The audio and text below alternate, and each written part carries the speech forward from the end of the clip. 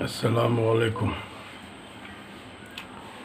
طب نبی صلی اللہ علیہ وسلم سے استفادہ کے لیے طریقہ استعمال بھی جاننا ضروری ہے۔ بہت سے لوگ صرف شہد کو ٹونک کے طور پر روزانہ پیتے ہیں، کچھ لوگ شہد کو دودھ کے ساتھ استعمال کرتے ہیں، مگر ایسا کرنا نقصان دہ ہے۔ حدیث کے مطابق ایک جگہ شہد کو پانی میں ملا کر صبح شام پینا آپ صلی اللہ علیہ وسلم کے سیرت سے ثابت ہے۔ چاٹنے کا حکم بھی شہد کے بارے میں مہینہ میں صرف 3 دن ہے، یعنی حدیث کا مفہوم ہے کہ جو شخص ہر مہینے کے شروع میں صبح 3 دن شہد چاٹ لیا کرے، اس کو اس مہینے میں کوئی بری بیماری نہیں ہوگی۔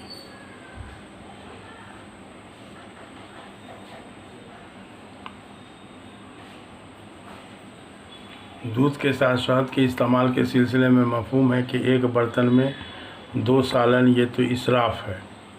حضور صلی اللہ علیہ وسلم نے حضرت سعد بن ابی وقاص رضی اللہ تعالیٰ عنہ کے سینہ کے درد ہونے پر طب کی تاریخ میں پہلی بار دل کے مرض کی تشخیص ڈائگنوسس کرتے ہوئے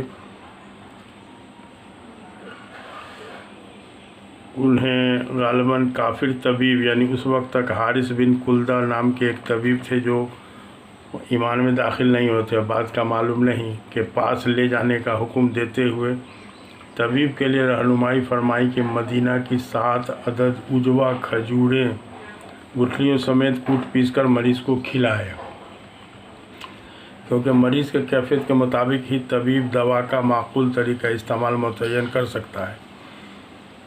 اس لیے حدیث کے مطابق بھی سیلف میڈیکیشن سے منع کیا گیا ہے۔ حدیث کے مطابق انجیر کے ساتھ منقع کشمش اور کھجور کا استعمال منع ہے، مگر معالجوں کے نزدیک ان باتوں کی کوئی خاص اہمیت نہیں ہے۔ پنیر کو پروٹین کا ذریعہ سمجھ کر شوگر کے مریضوں کو بھی کھلایا جاتا ہے، جبکہ حدیث کے مطابق پنیر کے استعمال سے نسیان کا مرض ہو سکتا ہے۔ ایک روایت کے مطابق پنیر بھی روگ ہے اور اخروٹ بھی، مگر جب دونوں ایک ساتھ پیٹ میں پہنچ جاتی ہے تو شفا بن جاتی ہے۔ تربوزہ گرمی کے دنوں میں تیسرے پہر بڑے شوق سے فائدہ سمجھ کر کھایا جاتا ہے، مگر حدیث کے مطابق کھانا کھانے سے پہلے تربوزہ کھانے سے پیٹ کے میل کچیل کو اس طرح صاف کر دیتا ہے جیسے کوئی اپنے ہاتھ منہ کو صابن سے دھوتا ہے۔ حدیث کے مطابق انار کھاؤ اس کے چھلکے ناسپال کے ساتھ، کیونکہ یہ معدہ کو حیات نو یعنی نئی زندگی دیتا ہے۔ اصل ہم نے الحمدللہ طب نبی پہ ریسرچ کیا ہے، اور اس کے حساب سے ہم نے طب نبی کی سائنٹیفک ایویڈنس کو بتاتے ہوئے اس پر ایک کتاب بھی لکھی ہے، اور جس کتاب کے بنیاد پر ہمارا کئی بار ڈی ڈی بنگلہ پہ ٹی وی پر انٹرویو بھی ہوا، پلس اسی کتاب کی بنیاد پہ ہم آل انڈیا پروفیٹوپیتھک حکیمز ایسوسی ایشن کے پریزیڈنٹ بھی ہیں، مانے طب نبی سے علاج کرنے والے حکیم لوگوں کا ہم پریزیڈنٹ بھی ہیں الحمدللہ۔ تو معاملہ یہ ہے کہ کوئی آدمی کوئی ایک لائن میں مہارت حاصل کر سکتا ہے، سب لائن کا بقرات نہیں ہو سکتا ہے۔ ایک بار یہی پرہیز والی حدیث ایک بہت بڑے عالم میں نہیں بلکہ محدث بزرگ کے ساتھ ہمارا ایک سفر ہو رہا تھا، تو وہ پیچش کے مریض تھے، پیچش سے بہت پریشان رہتے تھے، تو ہم نے ان کو بتایا کہ حضرت آپ کو انجیر بہت فائدہ کرے گا۔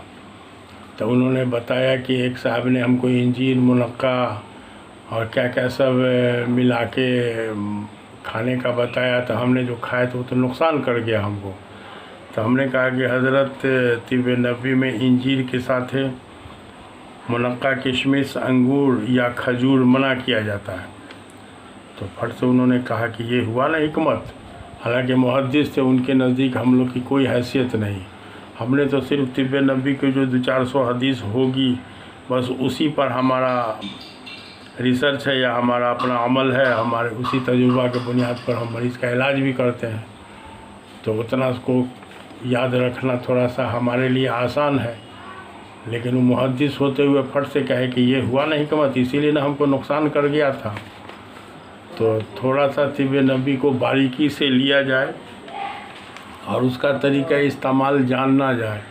طب نبی کے بارے میں ہمارا یقین نہیں، دعویٰ ہے کہ اگر اس پر یقین کر کے کوئی بھی معالج جب علاج معالجہ کے معاملہ کو آگے بڑھاوے گا تو دنیا میں کوئی بھی بیماری لا علاج نہیں بچے گی.